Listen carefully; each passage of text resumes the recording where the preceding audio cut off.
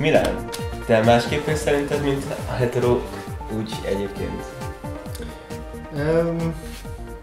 Bizonyos szinten igen, bizonyos dolgokban meg pontosan ugyanúgy, ahogy ők. Ha céges rendezvény van, akkor nem visszük a partnerünket, míg a heterotársunk igen. Ha mondjuk a munkahelyünkön az asztalán nem tesszük ki a társunk fényképét, csak mondjuk a melegek. Tehát, hogy biztos, hogy van egy ilyen diszkréció, ami övezi az egész életünket. De ez inkább az előbújás mértékétől függ, nem? Tehát, hogy ki tudja rólunk, hogy melegek vagyunk, ki előtt kell titkoloznunk esetleg, tehát munkahelyen, vagy netán hetero barátok előtt, vagy... Például a bátyám és a felesége nyilván testi kontaktust is létesít. Mondjuk megcsókolják egymást, vagy megfogják egymás kezét, vagy csak úgy odabújnak egymáshoz.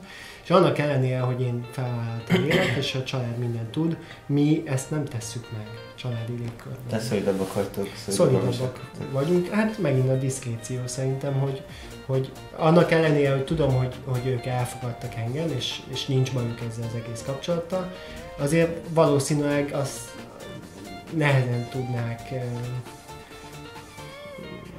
elviselni, vagy nem esne olyan jól nekik látni azt, ahogy megcsókolunk egy fiút.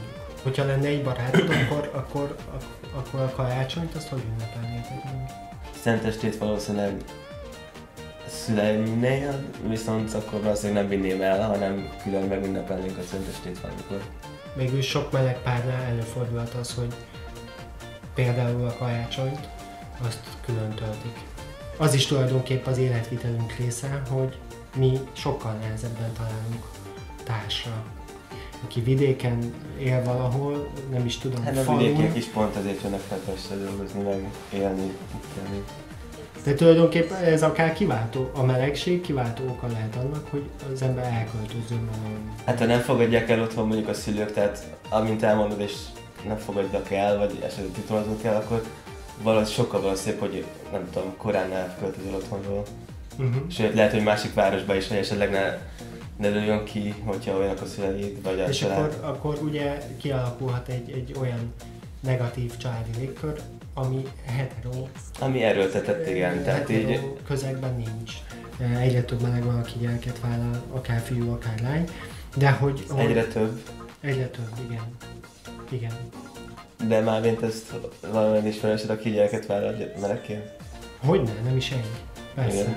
Nyilván nagyon sok meleg pár nem vállalja fel hivatalosan azt, hogy gyermeket vállal. Tehát itt most ez megint egy nagyon bonyolult téma, és majd biztos lesz egy külön videóblog erre.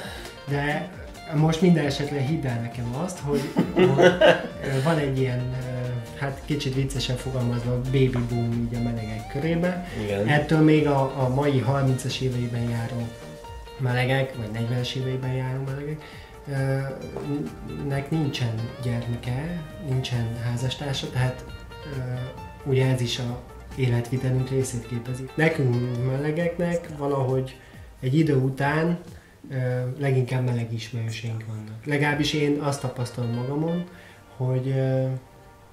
hogy nem is annyira keresem a heterók társaságát, nem járok hetero helyekre bulizni. Nem tudom, szakközépiskolában általában hetero barátai lesznek az embernek, nem feltétlenül meleg barátai, és ha az akkori barátok már párban vannak, esetleg megnősülnek, főleg amikor így 25 év felett vannak, tehát kapcsolatban élnek, akkor már annyira nem jövünk össze, főleg, hogy megkérdezgetik esetleg, hogy most te miért nem vagy valakivel, vagy stb. Elhatárolódsz valahogy a hetero közegtől ilyen szinten, hogy a témáitok nem ugyanazok, nem ugyanazok az igényeitek. Ez épp úgy igaz a heterókra is, tehát ők sem rajonganak azért, hogy meleg szórakozó helyen bulizzanak, és... Hát mondjuk a kapellában miért? Hát mondjuk a kapella az eléggé ismert nem melegek körében is. Tehát a nővérem most többet volt ott, igen, és inkább mint én egyébként.